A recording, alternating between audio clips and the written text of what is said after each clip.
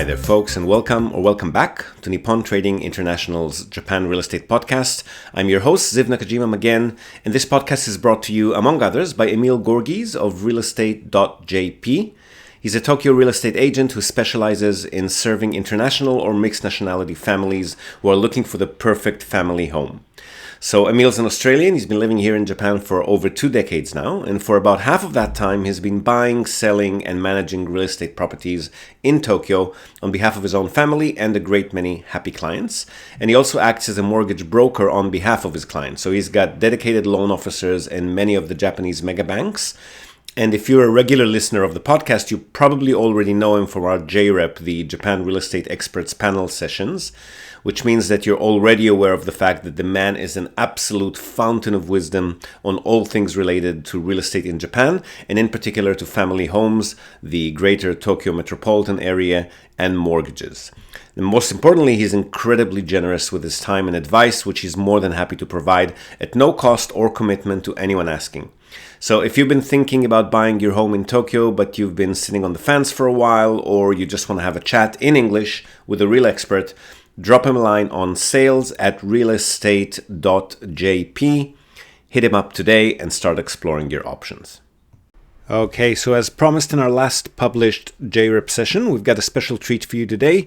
Byron Nagy, hope I'm pronouncing your last name right, Byron, whose family have relocated from Tokyo to the Japanese countryside, where they've been working on an amazing project for the past year or more. And Byron's our guest on the show today. They've got an organic farm, a beautiful old farmhouse that they've renovated into a farm stay lodging accommodation. And they're now almost done with the construction of the new home nearby, which has been built using a unique combination of traditional techniques and materials, alongside modern conveniences and facilities. Truly remarkable and extremely challenging project that we're going to hear all about, as well as see. He's given us a full hands-on tour of the house as well. So enjoy the ride, and I'll see you again on the other side. Go. All right, Japan Real Estate Experts Panel back in session. And as we have promised you last week, well, it wasn't last week, but you're going to be hearing it last week. We have a special guest on the session today. So we're not going to do self-introductions today. We're going to immediately dive into Byron's repertoire and history and apparently very exciting things that he's been up to. So Byron, the stage is yours. Who are you? What are you doing in Japan? When did you come to Japan? So I've been in Japan now about 20 years. I came from the US, from the East Coast, New York, New Jersey area. And my family is from Europe, but I grew up in the city in the United States. And I came to Japan as a student initially, and then I worked in like a white collar profession in Tokyo for the first 10 years or so. And then it was after the earthquake and the Fukushima nuclear disaster and all that my wife at the time, or my girlfriend at the time, and now she's my wife, we were both kind of questioning the consumer lifestyle that we were living in Tokyo, and just in terms of like food security and energy security, we had this desire to kind of be more in control of like the environment that we are in and the food and the energy that we consume, and kind of like house building and construction was an extension of that. We looked at contemporary, construction methods in Japan after we had a child, and we were thinking about building a house here. And I was just kind of, very dissatisfied with the idea of building something that would be turned, by the time you pay off a loan, the value of the building would be nothing. And, I kind of, had been looking at the traditional Japanese construction techniques and the traditional like carpentry techniques, and it was something that I always had like a lot of respect for, but I felt like there were so many disconnects between that and what like a modern comfortable lifestyle should be, at least in terms of how I saw it. So we kind of set off on our own house building adventure here. You can see the house behind me. It's in a process of construction, but we're kind of on the last stages of it now. We really kind of explored a lot of different avenues in terms of mixing traditional Japanese techniques with other more modern natural building techniques and passive solar design, and like high standards in terms of insulation and basically building performance and longevity. That's a recurring topic on our sessions as well. The lack of Yeah. So over the last couple of years, more recently, I mean, in addition to the house that it's been kind of like a dream house project where I've started 5-6 years ago learning how to drive an excavator, and then cutting the trees down from the mountain myself, and then doing all the rock work and learning the process behind the rock story. I love the rock story. Yeah. All the concrete, and then doing all the traditional Japanese timber frame construction, and then employing a lot of other like natural building, earth, like natural plastering and earthen wall techniques, like earthen floor, like a natural adobe floor and stuff. And the house itself is made using like light straw clay infill, which is a technique where you use like a mix of straw that's mixed with a coating of clay to kind of bind it together, and then that's pushed into a formwork to form like a thick insulative layer around the exterior of the house. And it's 30 centimeters thick, so it's very similar to a straw bale construction, except that you're not building with blocks. You're mixing a material and then compacting it inside like a matrix inside the walls. And so yeah, we're kind of on the final stages of building this house, but now I'm kind of turning my sights to other real estate and natural building potential projects here in Japan.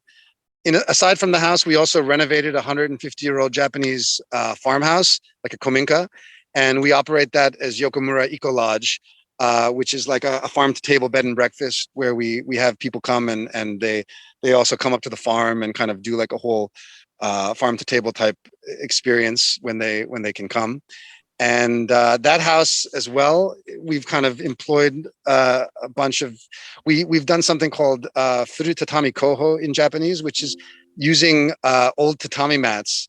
Well, old in the sense that they're used, but not rotting tatami mats. Yeah. The more modern tatami mats are actually made with styrofoam cores. And basically we get that material for free from old tatami stores in the area that we have a relationship with, and we use that as insulation material around the whole exterior of the house. So we used like 150 tatami mats, and then there's like Tyvek on the outside of that. So the whole house is insulated with tatami, and it performs surprisingly well. So you're saying, because my image, and I must be very uneducated on this, but you're saying when I hear eco living or off the grid or natural living style, I'm thinking I'm going to be lacking all of the modern conveniences that I seek usually. But you're saying you actually got into that because you wanted to get those in. So how do the two gel together? Yeah, I mean, I think that traditionally a lot of Japanese houses, especially when you look at how people lived back in the day, I mean, they had like a open fire inside their house, and that means they needed good air ventilation. And Japan's also a very humid climate, so being able to ventilate in the summertime is great, but it sucks when it's cold, and you need to use space heaters, and you're losing all that heat to the environment around you. So I mean, I kind of wanted to thin the line, thread the fine line, or thread the needle rather, between the aesthetics that I appreciate and the traditional techniques that I appreciate about Japanese construction. Because clay as a building material is great because it lets vapor pass through it, right? That's the big problem with using non-organic materials in houses, that you get moisture stuck because of non-vapor permeable materials like insulation, and then moisture gets built up in the house and you start getting mold problems over time. So like clay as a material is great in the sense that you can avoid all that, but it's also very heavy and very labor intensive, as Matt can attest to, and it's very heavy. It's not used in contemporary construction for very obvious reasons, that mostly being that labor is expensive, and it's not like a conducive to quick building. Yeah. And I mean, that's part of what has always impressed me so much about what Byron is doing is just like, he's, threading the needle. And Ziv, to go back to your point about, when you hear about off the grid living, it's cavemen and mountain people and hermits and, that guy who was living in a cave for like 30 years until they found him recently and doesn't know how to wear clothes. Like that's like the legend of it, right? Whereas the modern 2020 or 21st century or whatever version is like, okay, let's be practical about things. What can we do that, okay, maybe like with clay and whatnot, okay, that takes time, labor intensive, but if it's a passion project or it's something that you take on your own, and especially if your expectations are in alignment with the reality of doing something like that, then it's feasible in the sense that you're not going to be disappointed in sort of the progress that you make, however slow or quickly that is. Additionally, with things like Wi-Fi, right? If you want to be a mountaintop hermit, all right, cool. You probably don't need Wi-Fi there or whatever, but if you want to be off the grid in a modern sense, it's not necessarily completely separated from society. It's being able to balance, what are the necessary sort of accoutrements and, tools and whatnot, resources that you need to be quote unquote successful, whatever that means in the modern age, while also being in tune with nature to the extent that, again, is kind of reasonable. That was actually going to be my next question, because how are you dealing with the infra? Where exactly in Japan are you, Byron? We're on the border of Yamanashi and Kanagawa Prefecture. So the house is technically in Kanagawa in a town called Fujino, which is technically part of Sagamihara City, but it's just off the Chuodo, past Sakumiko before you get to Otsuki. And how are you there with infrastructure? So is that part of the plan, or do you have like, are you on water, city gas, Wi-Fi, internet? So the house is not complete yet, but when it is, there's no municipal water where we are. The water is managed by the local. I'm actually in a small village of 9 houses, and about 12 years ago, 5 of those 9 houses burned down. And everybody moved out of the village except for 2 houses that are still occupied by people who are in their 70s. Wow. So when I came and I saw this place, I was like, wow, this is incredible. There's this incredible infrastructure that goes back hundreds of years, in terms of like the agriculture and the terraced fields and the plots where the houses used to be, that I felt like this place really has a potential to be that kind of like a model for like a sustainable revitalization of the Japanese countryside. Yeah. Yep, exactly. That was kind of like the vision that I had when I came out here and I started this project. And I mean, over the years, I've been, kind of tempered by reality, in the sense that like, it's hard to get like local cooperation sometimes. Building relationships takes time, and I'm a bit impatient. I just want, I have a vision for what could be here, and I see such a wasted opportunity that I kind of just want to make something happen. So it's frustrating in that sense, but it's an incredible spot. And that's why we chose the location. We're not on municipal water. We get the water as what do you call it? Like just managed by this locality of the 5-6 houses. They have like a local spring, and it's gravity fed from across the valley down across the river to a cistern that feeds all the houses. But half the houses burned down, so right now they have a lot of water in the tank. And then in terms of the other energy, and it's no problem with electricity. The plan is to have an off-grid photovoltaic system. I mean, I have the batteries and charge controller and panels set up and just on maintenance mode, but we haven't attached it to the house yet. And I'll probably try to implement like the battery system as a backup, or as a normal use system. And then if we don't have enough charge in the batteries, we can switch over to Toden if necessary. And then gas, I'm not 100% certain if I'm gonna implement gas in the house. Right now at the guest house, we have a wood-fired bathtub, and it might be a tangent. Last time, can I jump in on that for a second? Wood fired. Last time I was there, this is after I moved out of the city, so like I thought that I kind of knew how to, conduct myself. But I went to go use the wood-fired bath, right? And like it's wood-fired, it's hot as shit, and like basically boiling. And so I'm standing there like dipping my toe in it, being like, whoa, what? Like, how am I supposed to get into this? And of course, I see that there is a spigot with a nozzle on it, and I'm just not putting two and two together of like, oh, wait, I'm supposed to turn the cold water on to manage the hotness of the boiling water. Did not click at all. I think I stood in that tub for like 20 seconds or something. And I was just like, I'm out. Like, forget this. I'm done. I was going to say, is that also the cause for like those 5 other houses burning down? No. That's a different. So Byron, that was a pretty big project, right?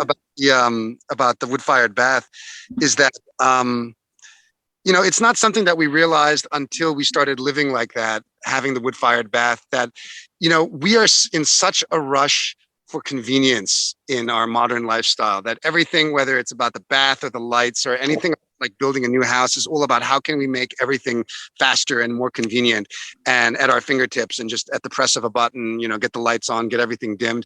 And what I found since using this bath over the last couple of years is that it's almost like planned inconvenience.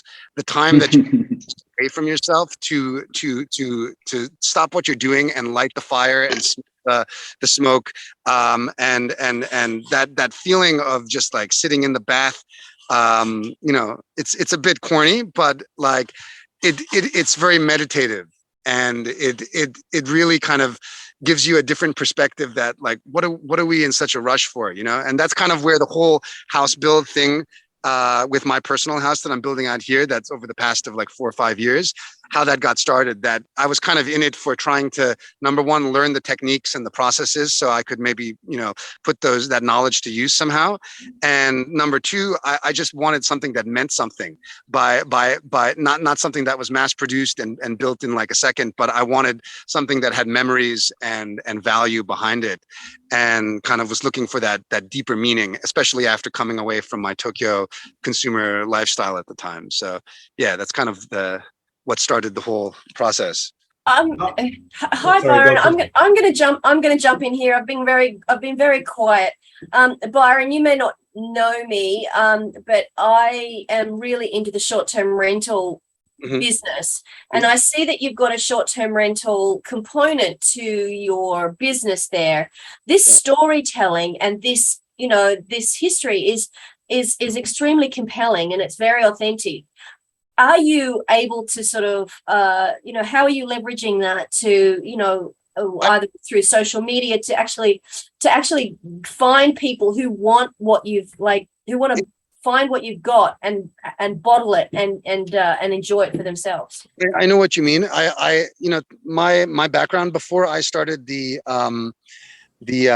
guest house out here, I was running Airbnbs in Tokyo. I had 3 or 4 units that I was renting and then subletting out. And then obviously after the rules and the regulations changed, we had to kind of shut down the business in Tokyo. And then with the guest house out here, we got all the licensing and everything sorted so that we're operating as a ryokan technically. We have a Noka Minpaku, which is not Minpaku, but rather like a farm stay that we're offering people. Yeah. And when we started it, I had very kind of lofty ideals in terms of the message and the experience that we wanted to offer to guests. And what I found though, especially with the domestic Japanese guests, were that the people that were coming, that were really paying the bills, that were coming in large groups, that were really my core customer base, so to speak, couldn't really give a shit about any of the storytelling behind what we were doing. And what were they there for? They were there for just like a big nice kominka that they could rent and have a party or get wasted, and do a barbecue and go play in the river. And it's very typical. Like everybody who comes in the summer, they want to barbecue, they want to do hanabi, and they want to go to the river. And so in the beginning, when we started the rental, we were like, man, there's so much more out here. There's so much culture. There's so much, like more of a deep experience that you could have when you come out here. And we kept trying to kind of like push our customers in that direction, but it was like, forcing the camel to drink from the well when they don't want to, kind of, it seemed like a losing battle. That being said, we did get, we continue to get individuals that really resonate with what we're doing and are really interested in it and really appreciate the storytelling and appreciate the values that we're trying to communicate in what we're doing. But it gives us pause to think, like, okay, if we're in this for the money, it's one thing if it's our lifestyle and we're just sharing our lifestyle as, an extension of, our values and everything. It's another thing if we're doing this as a business and a money-making endeavor. And if that's the case, then maybe there's a different market that we should be targeting with what we're doing. Because the numbers, ultimately, big groups of Japanese people pay a lot more than individual foreign travelers who are really looking for a deep, authentic experience in the Japanese countryside, unless targeting very wealthy individuals, So we're kind of being forced to reanalyze our market and the direction we want to take it in the future. That's really interesting. And I'd love to dig in with you offline with that. That's a really interesting point of view. But is it that storytelling, is that a way for you to actually leverage assistance from, say, the local hokenjo, from the local government office to say, oh, this is what we're trying to show in the area, please give me money or please give me support, and then then if the guests show up and they're only interested in like barbecuing in the garden, then that's fine, but I'm just looking at how you can leverage that story. Yeah, I think there is opportunity to do that. What I'd like to do, so just a little additional background. The plan with this house that's under construction right now is that we're trying to finish it by the end of this year. And prior to COVID and the border restrictions, we operate an organic farm, and we constantly have volunteers that are here on the farm, not only helping with the agriculture, but also helping with the natural building projects and the renovation stuff that we've been doing over the years. However, that source of labor, as it were, has been completely cut off over the last 3 years for myself. And so, what was supposed to be finished 2-3 years ago has now, taken much longer, because it's basically been me by myself, completely overwhelmed, trying to manage numerous other things on the side, having a third kid, all that stuff. Congratulations. While trying to finish this massive house that I've bit off more than I can chew, Yes. So they're woofers. Are they woofers that you've been using? That's right. And there's no Japanese woofing. There doesn't really much of an appetite for Japanese local. The level of commitment is different in the sense that the Japanese are coming for like a day or a weekend at most to do. They have rent that they're paying somewhere. They live here, and they're just when it's convenient for them. Whereas the foreigners who are coming are committing for like a month or 3 months. Yeah. Time, and it's they're here every day, and the learning curve, by the time that's worn off, then we're really productive, and we build a good rapport and a good team. So it's a really different experience, and for me, that's been the main motivation with this experience to keep going. That it's just sharing that with other people has been kind of what's kept me along all this time. And yeah, we're at the end of the line here. Thankfully, we're very close to finishing it. And in the interim, though, we've been living at the guest house, and so trying to manage a guest house while living at the guest house with a family, you can imagine what a nightmare that is. When you're trying to, you want to maximize your potential income, and you want to promote it and get people in, but you also, are living your life, and you need to kind of like strike that balance. So our plan is, as soon as the house is complete, we get out of the guest house, and then we kind of rebrand and reanalyze where we want to take it, and then really focus on trying to promote it more, because, honestly, we haven't been that proactive in how we market ourselves. Despite that, we've still been able to make good income with it over the years. Oh, How long has it taken you, this entire project? I mean, from the moment you had the idea and moved out there to now that you're near completion? We renovated the Kominka 5 years ago. And the first couple of years was still before the Airbnb laws had been changed. So we didn't have a license when we first started. And then we also started the house build here around that same time. And obviously it's hard to do two projects at once. And so the renovation of the Kominka was done first. And then we regrouped and put our resources towards working on this house. And then since that, I've worked on a couple of other projects, like building a tiny house using natural materials here locally, which my wife is using as an office. And we're kind of exploring the idea of if there's a market for that kind of product here in Japan, for some kind of like locally sourced materials and natural materials, building a tiny house or a tiny office type space with that. And then the other thing that I'm looking to do in the next year is invest in some real estate here locally with a partner. We're looking to potentially buy some old, or maybe not too old, maybe 30, 40-year-old houses, and then renovate them using natural materials, and to kind of build a brand and kind of build some passive income through real estate in this local area. Because Fujino, it's a unique market, like it's the countryside, but it's so close to Tokyo, and over 50% of the population is people who've moved here, and there's a lot of alternative people living here. So it's got a lot of demand in terms of the property. I'm sure. It's like an hour on the express. It's like an hour outside of Shinjuku, right?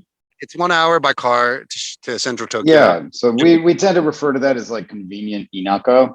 And there's a massive artist community, as you mentioned, creative wise. In fact, I mean, it even has a history as like, I don't know if outcast is the right word, but like the weirdos of the creative side of things tend towards the Fujino area, amongst a few others. Yeah, there's creative people. There's a lot of people interested in sustainability and permaculture. And isn't it the home of like the first permaculture center in Japan? It was the first transition town in Japan. It's the home, the permaculture center here in Japan. And there's a Steiner or a Waldorf school here. So that's one of the big draws for working Tokyo families who are looking to relocate here and either buy or build a house in the area. So the real estate demand is very high and the supply is relatively low in the area. So I feel like it's a good market to be for myself. So when you say property investment, I'm from the investment background here on the panel. So when you say property investment, what sort of investments are you thinking of? I mean, obviously, in those areas, you're probably not buying for capital increase in value or anything of that sort. So what, you'd be renting them out short term, or buying properties and then renovating using the local craftsmen. And I mean, I've now built up the knowledge base and the network to be able to kind of really cost effectively do this kind of work, at least manage the construction and contracting side of it. And then the end game is either to flip the properties and sell them as holiday homes, or well, no. As I said, the Steiner School, every year there's like 20 or 30 families that move here from Tokyo that want to send their kids to school here.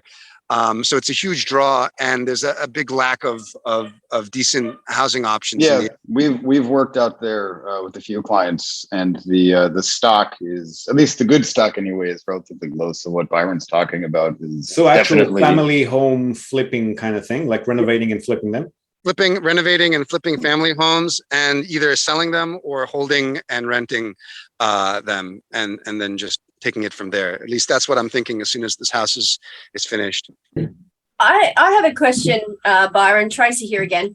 How every shiakusho, hokenjo has their differences in how you work with them. Have you found the local Hokenjo to be helpful for what you're trying to do? Have they provided you resources? Have they provided you with, like, fast tracking to get your licenses done?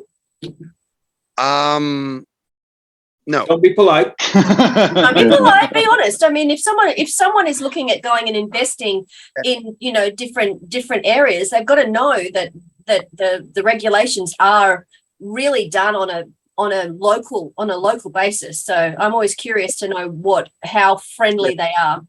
I think that Fujino in particular, because of the merger with Sagamihara City, the seat of government is in Sagamihara, which is a world away from the kind of needs of residents of Fujino. It's a very, very different lifestyle, but all the bureaucrats that manage this area are their mind and their incentives and their kind of their thinking is kind of in a different environment, so to speak.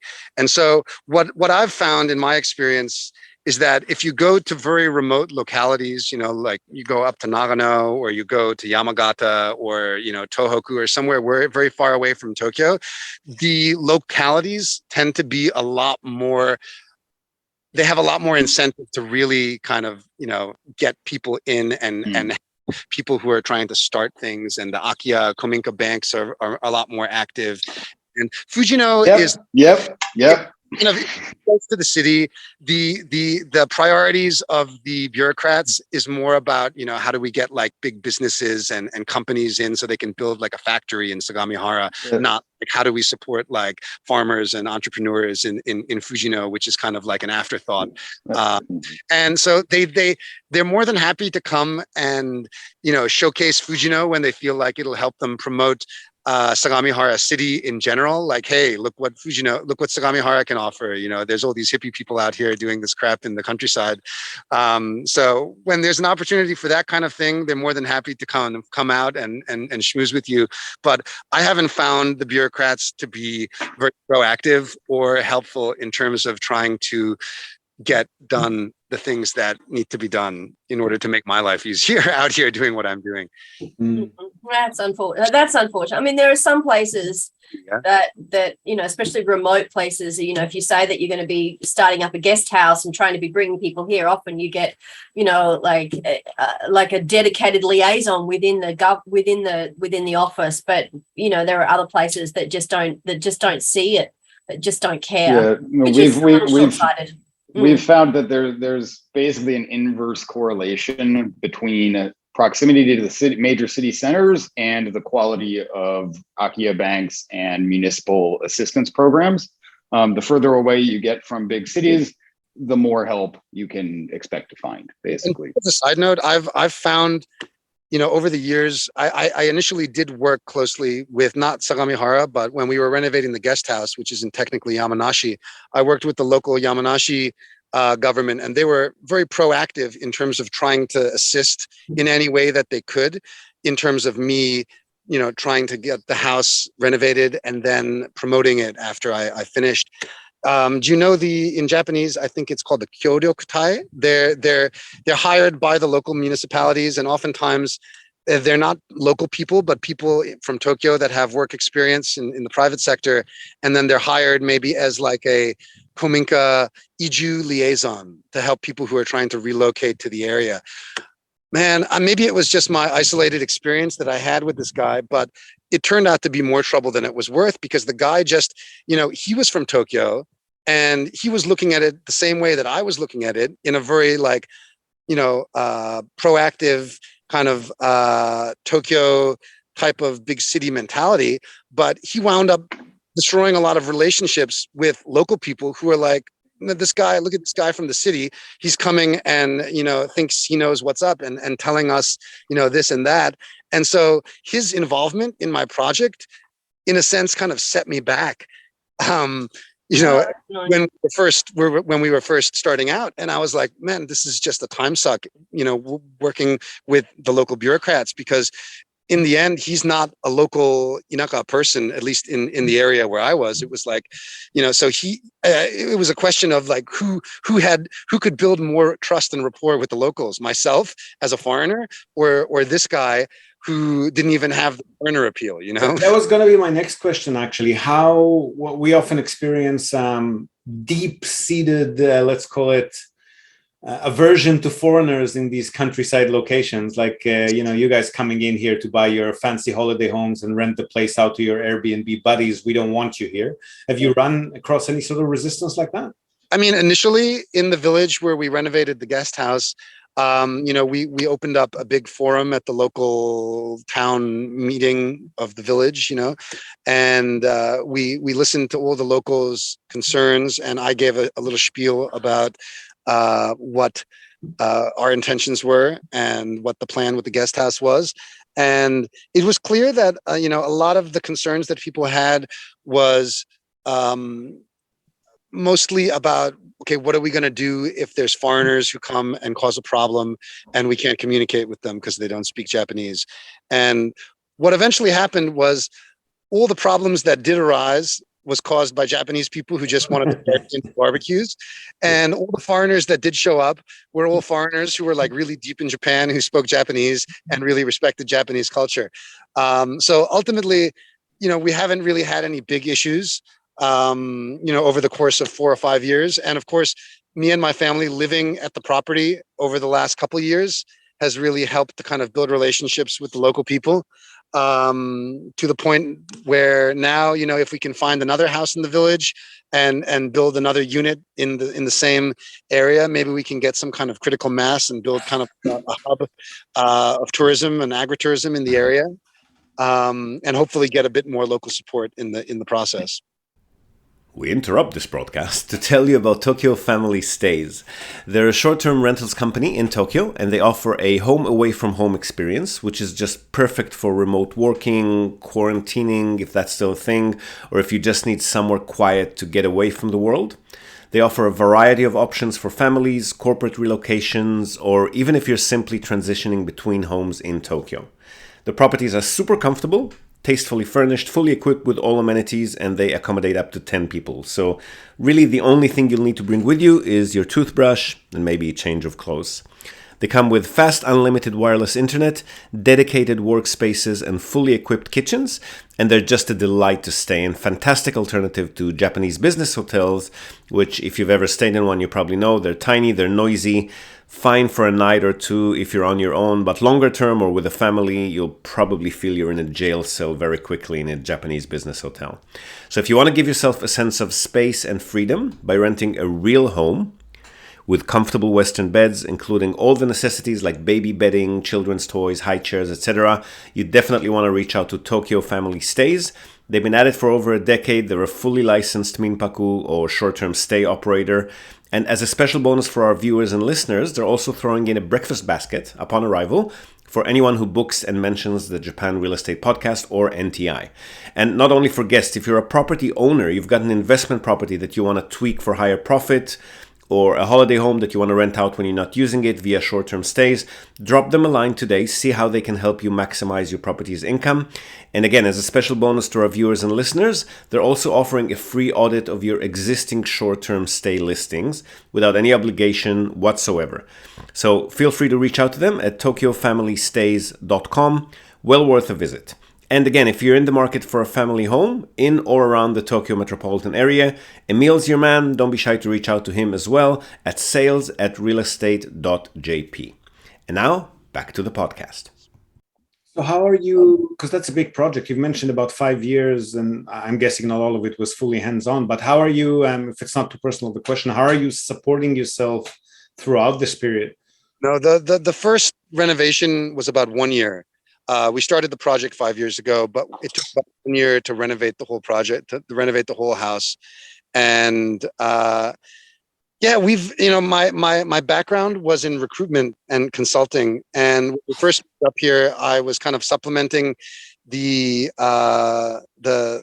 the projects that we were doing here in our lifestyle with this recruitment and consulting income, working virtually and going to Tokyo from time to time. And then, we were getting cash flow from the Airbnb business in Tokyo, which during the heyday when we first started, I mean, it was, we were making 300, 400% of our cost on a unit, when we first started, just subletting it and running it as an Airbnb. Man, those days have changed. Yeah, right. I think that any short-term stay person, Airbnb experience person knows the term heyday, and we all refer to it in my the goodness. pre-regulation heyday. The golden years. I think I had a dozen properties at that time. Yeah, I had 30, Byron, just so you know. Yeah, so my friend who kind of got me into it, he had 12 or 13 in Tokyo, and he was lucky enough to be able to leverage that, and I guess it wasn't luck but rather timing and the initiative, but he was able to then purchase 3 units in Tokyo, and now he's not Airbnb-ing any of them but just renting them out to general renters. But yeah, I think it was that cash flow that helped me renovate the property out here and then get the regulations and everything set up. And I mean, my costs are low, right? Compared to the Tokyo market. The rent and expenses and everything on the property is very cheap. And our pricing structure, and when we rent it out to a big group of 9 or 10 people, it can be 10, 15 mon for one booking at a time. So, there's definitely value in targeting that that Japanese market that just wants to come and do barbecue, to the extent that we're like, man, maybe we should just operate barbecue sites in the area and forget the whole ecotourism and all our values and and everything. Embrace the market. Just come and barbecue all day long. Give us your money. Yeah, exactly. You need that balance between sustainability, there's idealism, and then you need to be able to sustain it at the same time. Yeah, exactly. It gives us pause to kind of, look. Well, but I mean, and I mean, Byron, you're one of, if not the top person, well, yourself and Cody are, I mean, you're about as close to doing like the dream as I can think of. And I've over the years, I know a lot of people who are trying to do this shit. Everyone tells me. And it's not all it's cracked up to be. And like Emil was saying, look, there's balance. Okay. There's idealism, and everybody can be idealistic. And you know what? Unfortunately, you're going to fail if you're an idealist. Yeah. And I mean, to be fair, like the COVID restrictions, I mean, it gutted us over the last 2-3 years, like the hospitality business, in the first year, we were able to get some grants to tide us over in the short term from the Japanese government. But it certainly it certainly gave us perspective in terms of, our lifestyle and the cash flow that we had, and also the market that we were in and the business that we were doing. In the short term, we started operating like a boutique farm and vegetable service to the Tokyo expat market through Kasamatsu Farms, which is the brand that we have for our organic farm out here. We were growing vegetables and raising free range eggs from chickens out here, and then sending it to expats. And to be fair, I mean, selling it at a very good price, but I mean, it's our lifestyle. It's not like a scalable business. Right. It's that the hard way after 2 years of trying to kind of explore it, that, this is not something you do to make money and sustain your lifestyle. It's something to do when you're retired or when you've got another source of income and you're just right. And that other source of income thing, I think, is, again, Emil was kind of talking about with the balance, like introduce the sustainable elements that you can when you can, when it's reasonable, but Mhm. also have, passive or active income that's maybe more consumerist focused and whatnot. But at the same time, also be, because I think what you guys do is just an outstanding example of what can be accomplished right now, not in an idealistic sense, but in a reasonable and actionable sense, right? And so with regards to potentially influencing or affecting a critical mass, for lack of a better term, of more people doing something similar to what you guys are up to, which would then kind of raise the social consciousness of the ideas of sustainability, and hopefully, in a few years' time, push, the envelope towards more sustainable practices, more generally speaking. I think like you guys are an outstanding example of, a shining example really of what that can look like. Are you part of the conversation and community in other countries on the off the grid or ecotourism or sustainable living as well? Do you find any of the challenges that you've run across, more of them or less of them, or just different in Japan than they are in other countries and other people that are doing similar things in other places? Well, I think Japan is it's a very small country, right? And land access, at least in my context, I'm not up in Hokkaido or Nagano, and so I've always kind of been frustrated by, the way that agricultural land and residential land in the area is parceled. It's into very illogical plots. And do you still have that weird parcel that's like right in the middle of everything that you can't? Yeah. Okay. Farm plot here and another farm plot there. But then some other dude owns this thin strip down the center of it. And there's just lots of instances like that, if you're looking at it from a permaculture design perspective, it's a design limitation, like you just have to think about how you can design around that in terms of how you build your system. If you're trying to kind of achieve some kind of sustainable lifestyle out here, that land access is the biggest issue that I've found.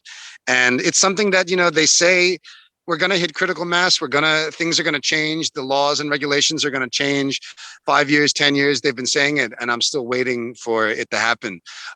So I don't put much stock in waiting for the Japanese government to really be proactive in changing things. But maybe, slowly, behind the scenes, things are hopefully changing, and I'm just not realizing it because I'm looking that's where, for me, it's kind of a blunt force sort of thing. Do what you can with what you got and what you can find. Don't wait for the laws to change, because it's going to take time. Obviously, do things within the law and whatnot, but just with outside of the box thinking. Because again, if you ask for permission and wait for it to be granted, someday never comes. You know what I mean? There's so much like romance involved in renting or buying and renovating a house in the Japanese countryside. It's been so popularized by media, and it's such like a romantic, visceral experience for people. And so I've done that now. I've gotten it out of my system, so to speak, and I've been a lot more pragmatic and a lot less idealistic in the process. That now going forward, I'm like, okay, if I'm going to invest in a house in the countryside, does it need to be a 150-year-old house? Do I need to be doing like earthen wall construction and natural building techniques? If I'm going to be renting it out to people who don't really appreciate it? Those are all really, like valid questions that I ask myself going forward. So I do think that, just to go back to the question about, how do I sustain myself and how do we make ends meet out here, that I think, at least for myself in my my own situation, I'm education and providing that kind of farm to table or ecotourism type experience, and then providing some kind of like workshops or education around what I'm doing.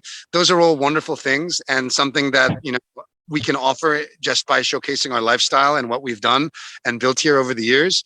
But I do think that the real estate and that the, like natural building or construction consulting and working with local clients that are looking to do builds and then managing these kind of projects in the area is probably something that's more realistic for me to put my energy and time into, just in terms of trying to kind of build that positive cash flow and build more of a business around what I'm doing out here.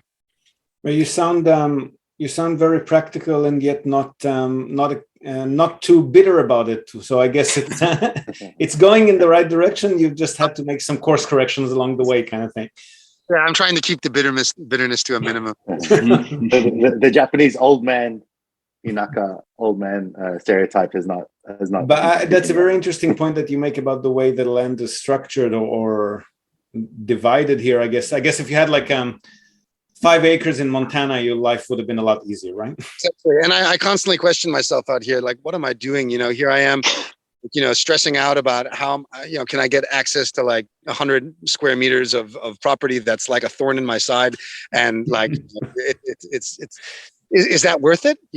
Wouldn't I rather be in a place where I just have 3-4 acres and I don't have to think about worrying about appeasing the neighbors and bringing sake to somebody so I can smooth over relations and this and that. So yeah, Byron, myself. could you just turn your camera? Like, I just want to have a look at the area. I was going to ask you to get like, some pictures or walk through videos if you have them as well.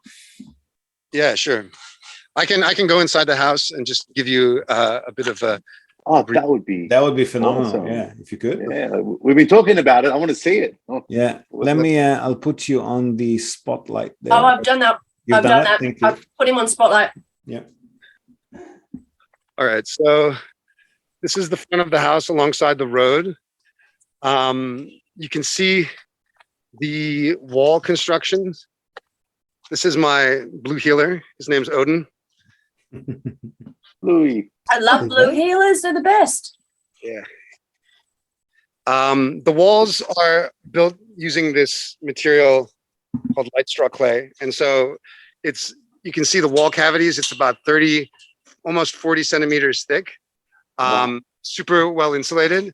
And then what's going to happen on the exterior here is it's going to get a thin layer of mud, which is what is fermenting in this thing here. It's just straw and clay that's breaking down the fibers of the straw. And then that's going to get mixed and applied to the walls. But is that the cob that we were making last time I was up there? No, so that stuff that we mixed had sand mixed into it. Right. It's used for the interior walls, which is like a Japanese earthen wall, traditional material. So I've seen those in Kyoto projects. They're beautiful. They're so warm. Bamboo lattice inside the walls. You can see the ceilings are vaulted, and I'm probably going to do some kind of really eclectic, like wallpaper in between those roof jousts, almost like a circus tent, kind of. You can kind of imagine. It's kind of like a mix aesthetically of traditional Japanese, like aesthetic with kind of Western living and lifestyle. So I've got a steel staircase here that's going to be going up to the loft area where we're having a railing put in here by a metal artist. And that's going to be where the children's room is. And then this is going to be like the children's study. The view is really epic. I mean, it's overlooking the mountain. Spectacular. Hanzawa Mountains over there. And then that's the border of Yamanashi and the local onsen you can see in the mountains in the distance. No power cables. I love it. Yeah. Nothing. This is going to be kind of like the family living room. And then I've got this bamboo feature that I made here in the wall. Nice. Round circled window. And then this is what the walls are going to look like once they've gotten the second layer of plaster over it. So I have a friend who's he's a professional plasterer, and he came a couple of weeks ago and we did a few of these walls. But this is also clay and earth, just a finer mix compared to what the rough walls are made of. Here you can see. So you've rendered that yourself, right? Like you made the clay sort of mix and you just sort of render it on? No, so the walls themselves are made using like a bamboo lattice that's attached inside. Let me see if there's a good example. Here you can kind of see on the wall, you see like there's slightly discolored horizontal strips, right? So because it's traditional Japanese construction, it doesn't have diagonal supports inside the wall. It's held by these lateral strips of wood that are then wedged into the posts and then held in place by wooden wedges. Those are called nuki in Japanese. And so at the top of those nuki is a bamboo lattice, and then the mud mix is mixed and then applied to that bamboo lattice. So the walls themselves are probably, you've got the lattice in the middle, and then maybe 3 or 4 centimeters on this side of the lattice. So it's about 6 to 8 centimeters thick, the walls themselves inside the house. Okay. But the actual surface, the finished surface of the wall is actually that rendered.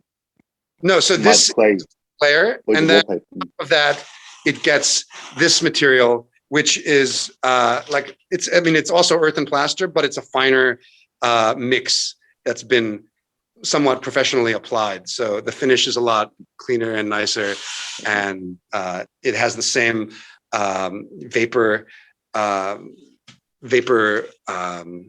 permeability aspects of natural materials with plywood, something like that.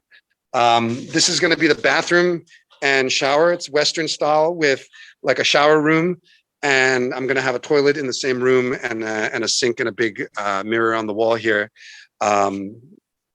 This is going to get FRP waterproofing in the next week or so, and then we're probably going to tile the whole room, doing like either some kind of Moroccan tile type thing or subway tiles.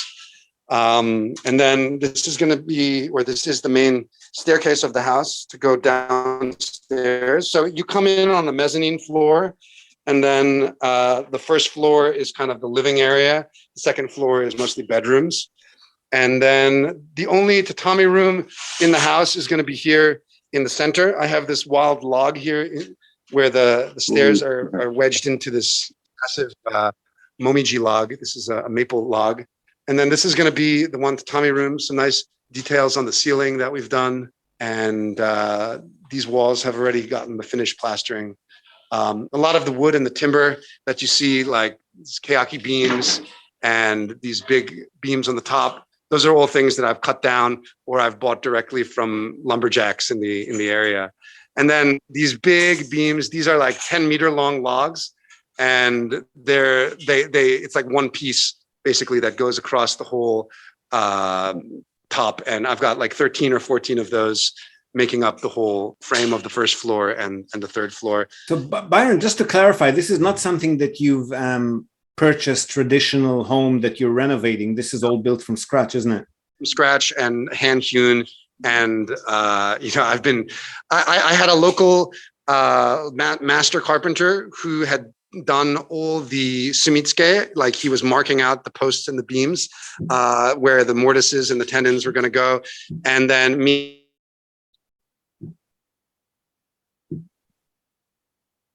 Has he gone quiet? I think we lost him. Oh, we've lost him. Oh no. Okay, we've lost What him. an amazing wow, what an amazing place. Oh, you have no idea. It's I didn't know what to expect, but wow. This is good, but like actually getting there is a whole other level. Like it's crazy. I mean, the farm is right below. He hasn't shown you that. They've got a pizza oven right outside. There's a whole other kind of house sort of thing, like campsite on the other side of the road. It's like I said before we started recording, like if 7-year-old me saw this, I would just be going absolutely ape shit over it. Yeah. How far is it from the Eco Lodge? It's probably it's like 10 or 15 minutes. Driving. Not walking. Okay. Right. I can send the addresses and stuff, or maybe I already did, but I can resend. Well, I mean, obviously, we want to link to his. Like, I know I was going to ask him if he had a private booking site as well as the Airbnb. So, but I mean, once he's getting this up and running, actually marketing it is almost like a full-time job as well. Like, and he seems to have 2 full-time jobs already, building the house and doing that and growing the vegetables. So he's got 3 kids. Like, I mean, I've got 3. I'm like, kids, right? I barely find time to shave my head. To work out for you, Emil. Like, I only have 1. I have no excuse. So. Well, we seem to have lost him, and no, hang on, he's coming back. He just saw me in the waiting room. He's not in the waiting room. Yeah. That's amazing. Yeah, I highly suggest going up and staying at the Eco Lodge. Honestly, I'm looking at it going, I need to take my family up here, because if it's only an hour out of, if it's only an hour's drive. He's back. There he is. Sorry about that. Yeah. We got to your you had a master carpenter who was doing something, and that's where we got to. So the master carpenter had done all the sumitsuke. So he had drawn on the logs where the mortise and tendons were going to be. And sorry, Tracy, can you put him back on the main screen? Got it. Yeah, sorry, carry on, Byron. Yeah, and me and the volunteers had done all the shaping and chiseling to do all the traditional joinery everywhere on the ceiling. And then, so this sunroom is going to be connected to this dining and living room where I'm standing now. And so the floor is going to be flush here, and there's not going to be a separation. So this is like an extension of the living room.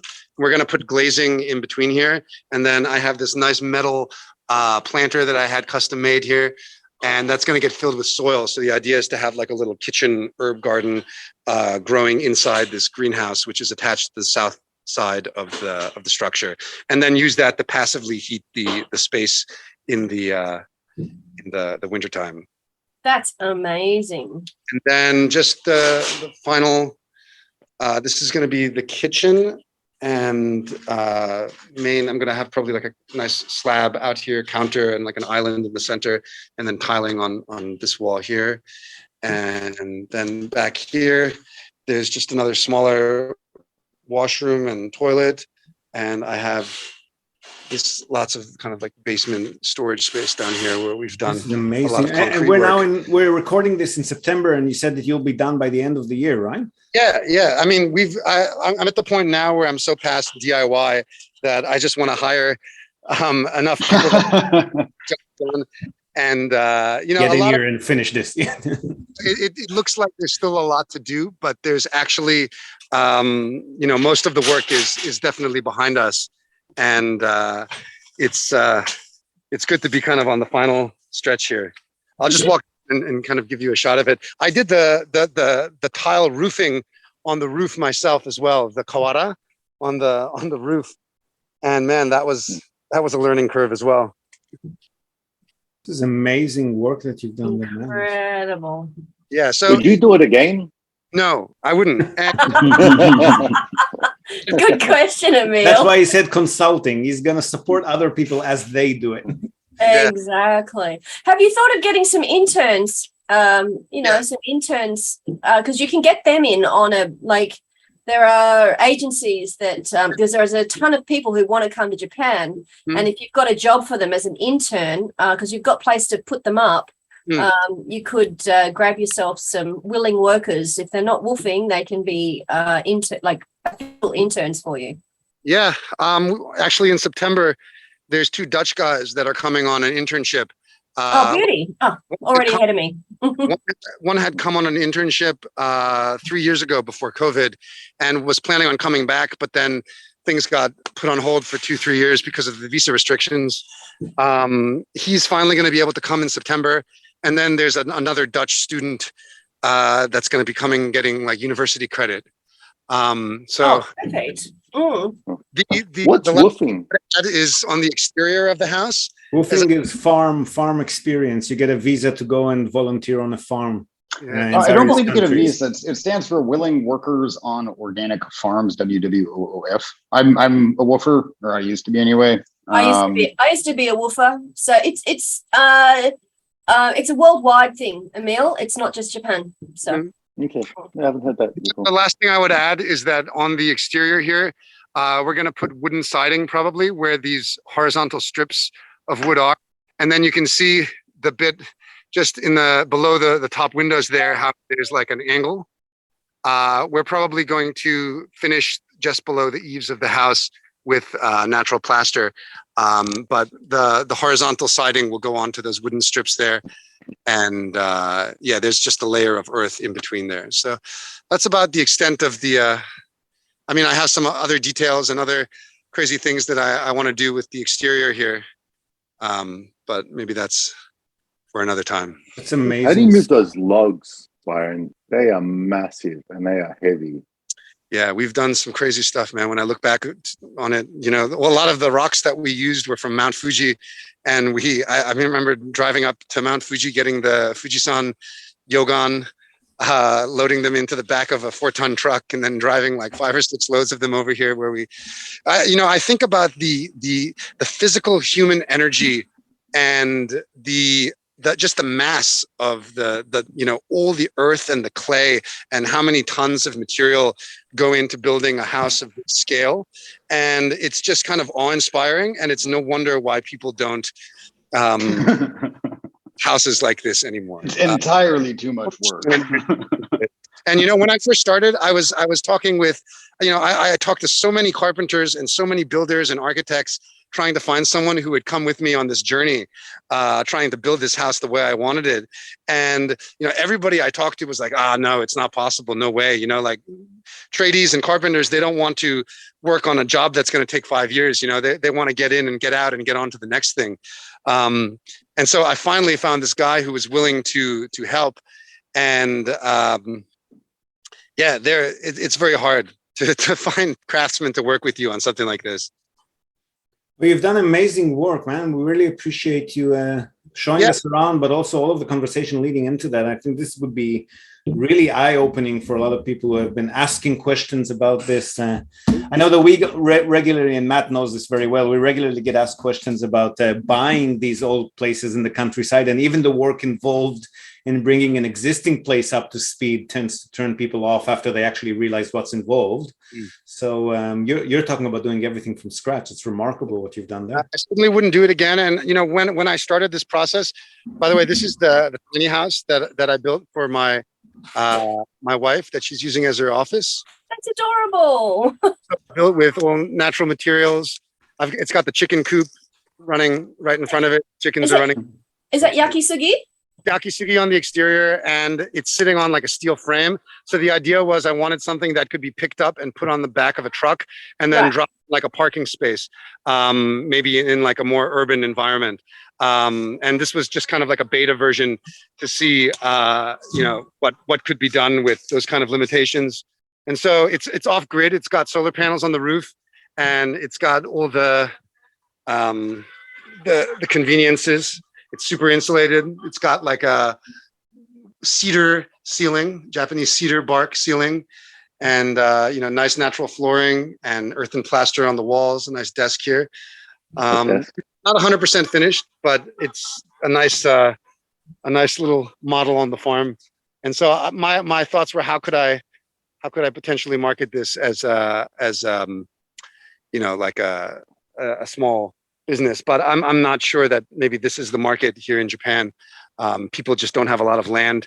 The people that have land out in the countryside, there's just so many empty houses out here that, why would you need to drop a tiny house like this? And then everybody that wants a tiny house office doesn't have the space in central Tokyo to put something like this down anyway. So there might be a market, but it just needs to be kind of thought through more. I have seen, Byron, one thing similar to that. It's these, for the work from home cubicle, you kind of put in your driveway. Yes. Exactly. Which is what you said just sort of reminds me of. And I think I just read one article on it. There's that, and then there's the really depressing like central Tokyo station, like subway cubicles. The pods. Which are just coffins. They look like suicide tanks to me. Well, thank you very much for coming on, Byron. We really appreciate it. We're probably at the end of our time, but if people want to reach out to you to support or to protect, you mentioned organic farm supplies as well. What other businesses, websites? Send me the links later, but what should people be looking at to get in touch with you? Yeah. We have both on Facebook, and we have the farm website. The guest house is Yokomura Eco Lodge, and that's available through Airbnb.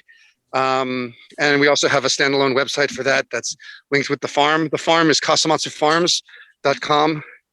And you're able to contact me through there.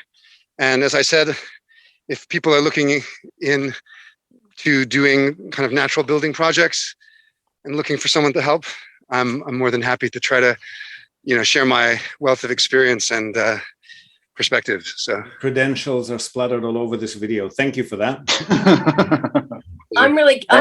Byron, I'm really keen to come out and bring my family out and stay in that lodge. It looks amazing. And have a barbecue. And have a barbecue. Tracy, I'm thinking the same thing. Oh, I mean, some other families, I could just imagine us going up there. Why don't we all go? Why don't we all just go? Let's go for a barbecue. Do it. Straight up on. People come just for groups for the barbecue. Meet up. That's exactly. Awesome. Well, weren't y'all talking about doing some kind of convention or whatnot anyway? Yes, definitely.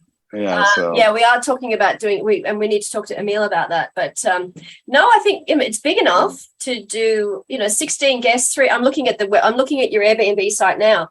But I thought the price was too cheap, and then I started. Putting up the number of guests, and I went, oh, good one, well done. Yes. So I'm like, because I help people with their pricing strategies on Airbnb, and I'm like, oh man, you're too cheap. Oh, okay, now we're talking. So yeah, no, that's great. Yeah, good for you. Well, thank you very much for your time today, Byron. And thank you, Byron. We'd love to have you on again, either in person when we do a face-to-face seminar in Tokyo, or here again. Happy to connect. Yeah. Give us some when updates. You're finished would be on a day when the finished product is ready. We'll do the tour then again, after the house is complete. Love it. Yes, please. Well, thank you everyone for your time, and we'll see you again next time. Yeah, and I'll see you Saturday, Byron. Yeah, looking forward to it, man. We'll put you to work. Likewise. Yeah, please do. Thank you very much. Thanks, everyone. Bye. Bye. There you have it. Truly remarkable work. Would he do it again? Hell no. But don't let that discourage you, folks. If you've got, like many of our viewers who regularly tell us about, if you've got a dream of sustainable, off-the-grid living in the Japanese countryside, Byron and his family are living proof that the dream can come true. But be prepared for some seriously hard work along the way. Now, before we go, we're also, as always, going to tell you and also link to our other sponsor's website. That's Hiroshi Shimizu, immigration lawyer and administrative scrivener. If you're thinking about moving here on a more permanent basis, or you're already in Japan on some sort of a temporary visa and you want to switch to a longer term or permanent one, or if you're considering setting up a local company or a branch office of a foreign company and you've got any sort of business or visa related inquiries, or even if you just want to find out what your options are on any of these topics, feel free to contact Hiroshi Shimizu. You can find him at japanimmigrationexperts.com, and he can help you set up a company, apply for any kind of visa, or just provide you with the best advice and extremely affordable consultation related to these topics. And he's already done that for many of our listeners. So feel free to reach out to him. Again, that's japanimmigrationexperts.com, and you'll be well on your way. And that's it from us for today, folks. Hope you've enjoyed this episode of the Japan Real Estate Podcast. Do share it with your networks, and please let us know what you think. So leave us a short rating or review on the iTunes Store, on Spotify, or just drop us a line in the comment section of wherever you might have found this episode. We love hearing from you.